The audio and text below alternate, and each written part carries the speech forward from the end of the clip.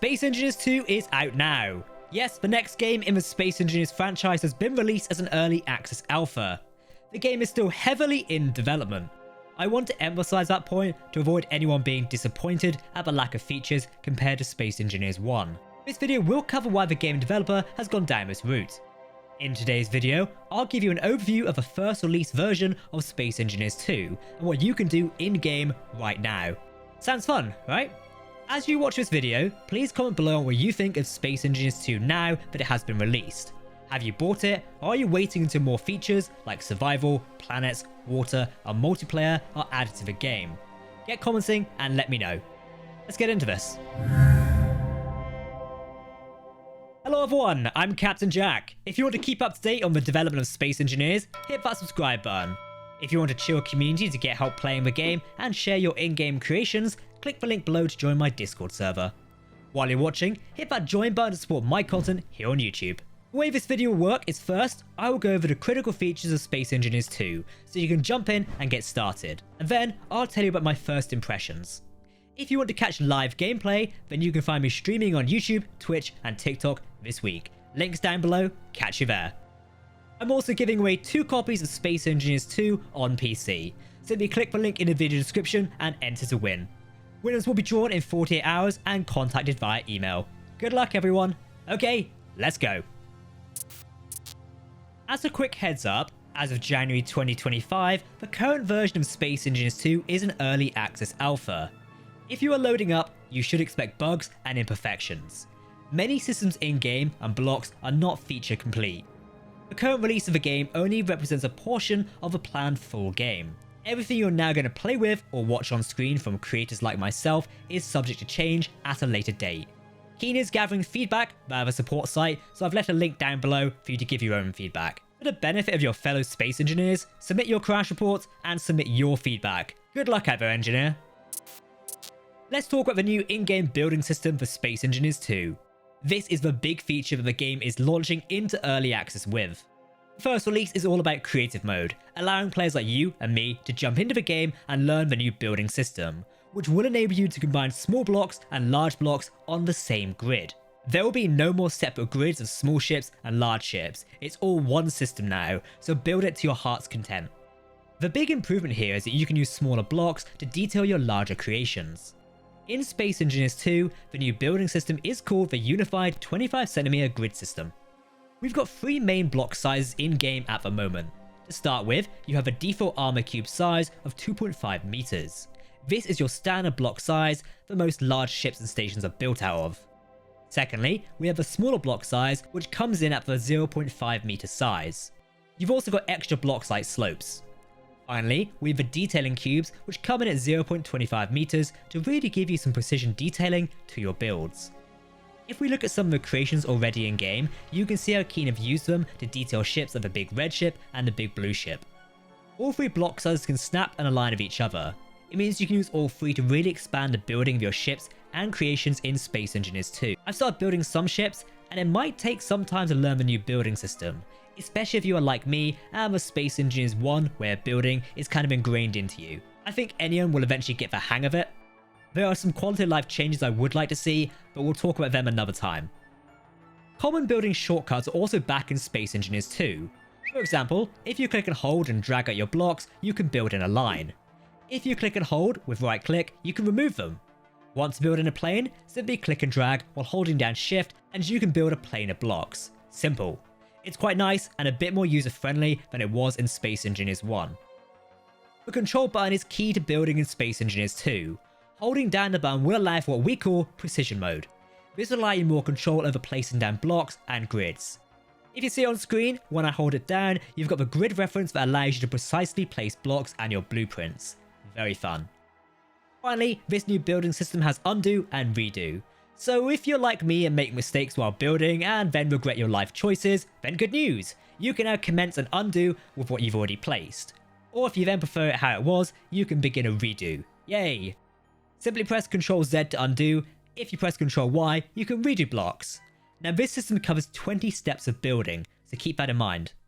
There are some limitations to this system. If you split your grid in half, which I know some of you will do, including me, you can't undo that. So just keep that in mind if you are splitting grids and you accidentally do it, you can't undo them. Symmetry is back in Space Engineers 2. It's a great feature to take advantage of in this creative mode release of the game. Simply have a block in hand, look at your ship and press T. This will allow you to place your symmetry planes. You can play around with these and place them how you see fit, and you can do multiple bits of different symmetry on the same grid. One of these brand new tools of the early access alpha is the partial copy mode. Now if you like a block selection on one of your ships, you can simply copy and paste it onto another one. So if we use these antenna structures on these ships, we can copy them to another. This really helps with that modular style building and also links with a blueprint building we'll talk about in a moment. To commence a partial copy, simply look at what you want to copy. You'll need to press Ctrl P. Left click on a block, but you'll also want to expand the selection by either using a mouse wheel, which is a bit too big, or you can expand with more precision by hitting Ctrl and select a direction by using Q, W, E, A, S, D. Hit one of these and use the mouse wheel to expand the selection further. Keep holding down the Control key and you'll be fine. Double check you have what you want selected and click and bam, you've copied what you want. Simply take it wherever you want and paste it onto whatever you want in game. I'm a huge fan of this feature. It will make creative building extremely fun. Now you heard me mention blueprint building. If we take a block set I just copied and pasted as an example, we can actually store this as a blueprint in our hotbar. So if you place it down in a world, not connected to another grid or station for example, and press Ctrl B, this is your blueprint hotkey. You can also blueprint other grids of this as well. Simply call it what you want and save it. You can actually add blueprints to your player hotbar like I just mentioned, meaning you can add these to the hotbar and produce them whenever you want in game. Helpful if you're doing modular building in creative mode, and I kinda love it. When I look at this new building system, it makes me think of the potential, not just for the game itself, but also what the Space Engineers community can do with it. Over the last 10 years, we've seen some incredible community creations, from massive starships to crazy rocket launching contraptions, all from the community's imagination. So when I see all these new building systems, it really makes me think about what we'll see on the Steam Workshop this year from the community. I think it's going to be epic. As a quick note, as Space Engineers 2 is in development, some of the in-game blocks you are seeing do not currently function. So blocks like the assembler, refinery, antenna, and door do not currently have a functional state. I am aware this is a bit disappointing for some, and at some points I do question why include a block like doors when it does not work. But you can place these items on your ships and stations even if they do not work. So when they are updated to work in the game, you already have them in game and they're already placed down, so you can just close the door. We will eventually see more blocks enabled in-game with future updates. I don't think we'll see some of the survival-oriented blocks enabled until a second major vertical slice update. Speaking of future blocks for the game, scaffold blocks will come at the game at some point. They are not present in the first release we are playing today, and might come in the second vertical slice, which is the survival update. There's also a feature like auto-docking connectors, which will eventually come to the game in a future update. A big feature of Space Engineers 2 is the new destruction. Currently, there are no weapons like rockets, missiles, or railguns in-game at the launch of Early Access Alpha. Okay, that's a lie. There's a Gatling gun, but it doesn't work, so, you know. However, there is a debug laser tool, which you can test blowing up your creations or anything you find. It's a stopgap until we see weapons eventually added to the game. However, it at least gives players like you and me a tease of how in-game destruction works. A prominent new feature of destruction is block fracturing. When you blow up things like gyroscopes and reactors, the parts will fracture and split off. I'm liking the approach to this, but I can't wait to see how it evolves further with more game development. While these item blocks will fracture and explode, armor blocks will not. Instead, they will keep taking hits until they explode and vanish like in Space Engineers 1. Thinking about the future, I hope it comes to a point where we can see how repairing these new block type destructions work. For example, if I shoot an engine and destroy the casing around it, like the nose cone, then when I go to repair it, will I repair the block to like new, or will it only repair it to be functional and leave the cosmetic state still broken? I'm kind of thinking that approach would be cool. If you want a new block, as in a brand new looking ship, you need to replace it fully, or perhaps some other feature to make the ship appear like new. I kind of like this battle damage approach. Let me know what you think about this idea. I think there's certainly some gameplay here, it just depends on how keen you want to approach it. Ship crashing is in-game, and it's arguably the iconic feature of Space Engineers 1. It has been refined, but I still think it needs a bit more optimization to make it feel a bit better. Currently, it feels a bit off, and I can't exactly explain why. I think I need to do more testing. The developers have been testing ship crash landings on planets for future updates. Older development footage, on screen, has shown the devs testing how ships can slide in voxels when planets are out to create more realistic crash landings and such. I'm excited for that, especially for those of us who love crashing ships and Space Engineers. Don't lie, I know it's a lot of you. So you might be asking, Jack, what is the big difference between Space Engineers 1 and the new Space Engineers 2? There are some easy answers to this. Given Space Engineers 2 is built on the new V-Rage 3 game engine, we can already see a new visual revolution within the game. It takes advantage of graphical upgrades with the likes of ray tracing, global illumination, tessellated terrain, parallax mapping, new lighting, and sleek armor edges. While it is early days, the lighting of Space Engineers 2 does look like a very nice upgrade from Space Engineers 1. For me, the new building system is really cool. Hopefully we get some more blocks in the future, which we can really take advantage of to build some fantastic buildings, spaceships, stations, planet bases, and more. We've seen the power of what people can do in Space Engineers 1, now we need to see it in Space Engineers 2. Another big game difference is Keen's approach to user friendliness. I've had friends try and play SE1 and just not gel with it, mainly as it can be a difficult game to pick up and easily jump into. Hopefully this big difference will allow new people to take advantage of the game and play it. Oh, how can I forget the paint gun? Yes, this previous mod for Space Engineers 1 is now a full-blown feature for Space Engineers 2. It's pretty cool and will allow you to have much more control when painting your grids. Sounds fun, right?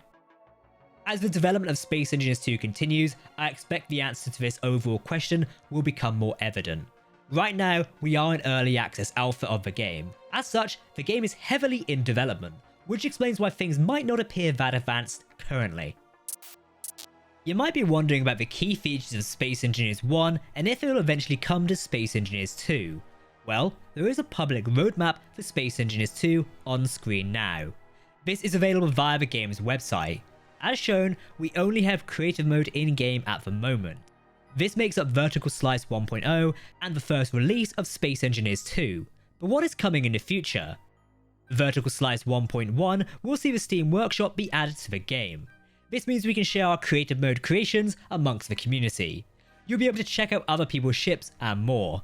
At a recent event, a preview of the in-game user workshop was shown off. The back end of this is generated with the Steam Workshop, so in-game, players will have the categories of things like atmospheric, underwater, spacefaring, and more to properly list creations in-game. It's not final, and we'll talk about it another day. Additional updates will be added via more vertical slices. For example, 1.2 will refine the in-game mechanics and interface refinements. However, Vertical Slice 1.5 will add modding support. Note, the roadmap does skip over 1.3 and 1.4. This likely means we could see other features added to the game and the roadmap updated at a later date. Vertical Slice 2 will add planets and survival, as well as features like backpack building and projection building. Vertical Slice 3 will add water, a prominent anticipated feature of Space Engineers 2's development. Following water, Keen Software House will be working on big requested features such as multiplayer, NPCs, and the story campaign of Space Engineers 2. I've spoken about the story campaign in another video, so we'll visit that another time for a recap. Keen Software House, the developers of Space Engineers, have said that they are going into the early access route of development for Space Engineers 2 for the following reasons. The main reason is to incorporate valuable community feedback along the development journey. Sounds good, right? This is also why the team has said that if you are wanting a finished adventure in Space Engineers 2, then you should wait and not buy the game at the moment. It is a very honest approach, and I commend them for that. Keen are adopting the vertical slice approach to development. This development approach allows developers to perfect core features, like creative mode, before moving on to the next set. So they'll perfect things like planets before adding water to them, as an example. This builds into allowing community feedback to guide them on decisions for the game. We've already seen that with a community rallying together to convince the developers to switch from Mod.io to the Steam Workshop. As you can see with the workshop we just spoke about, a lot is in development with Space Engineers 2 right now.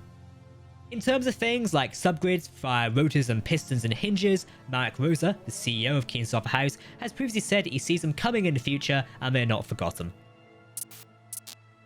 Okay, let's talk about my first impressions of Space Engineers 2, and I do apologise, my voice is kinda going. Immediately jumping into this game, it is very clear it is an early stage of development. That's not bad, providing players know what they're getting into. As someone who has played Space Engineers 1, which still feels weird calling it that, since the early days in 2013, the state of SE2 really takes me back to those early days. Kinda nostalgic in a way. As I recently said on a live stream, it is fantastic to see how far that game has come over the last decade. Even if it is daunting, I think it may take quite some time to reach the level of a finished product with Space Engineers 2, as in the same level of Space Engineers 1. I don't think it will take a decade, hopefully, he says. Keen has been transparent that they see Space Engineers 2 being in early access for around 3 years. This means they estimate that by the end of 2027, the game should be complete, in theory. Core systems should be finished. It's worth noting, as with anything you develop, delays can be expected. So while that is said, keep in mind a lot of what we speak about will possibly change. Overall, I'm really liking both the graphical upgrades to the game and the new block system, which really opens up a new avenue of building in Space Engineers 2. I'm not quite sold on destruction in game just yet. I think I'll wait until actual weapons like Gatling guns, warheads, and missiles are in the game, and we can also repair damage to the ships. This will give me a better assessment of how the damage and destruction actually works. I really like the fracture system, but I do want to see how it's further developed and fits into the gameplay. I think Space Engineers 2 is good to jump in and play with creative tools at the moment if that's what you're looking for. Though, in some respects, it does feel like a bit like a tech demo, and that's okay, providing players know what they're getting involved in. This is an early access alpha, we are experimenting with new features.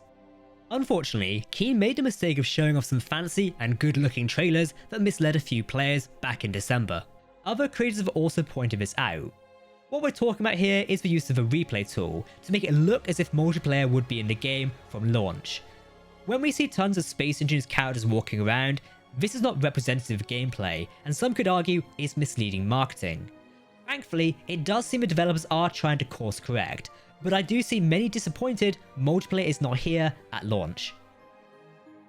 It's a big feature of the game and many want to jump in and play with their friends.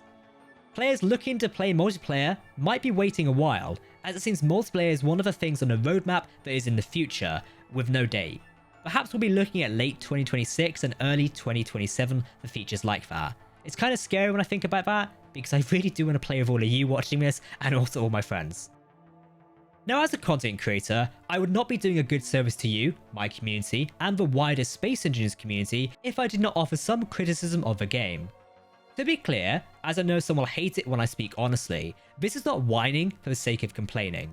I'm merely offering some honest perspectives on this. I will be honest, I expected the first alpha release of Space Engineers 2 to feature more content. I was somewhat surprised when I jumped in to find several of the blocks not working. Yes, I understand the approach to development Keen is taking, but in my mind, this is still a product being sold on a storefront. Yes, it is early access development as a version, but money is still being asked for it. All businesses, to a degree, need to earn money, so I do understand charging for it.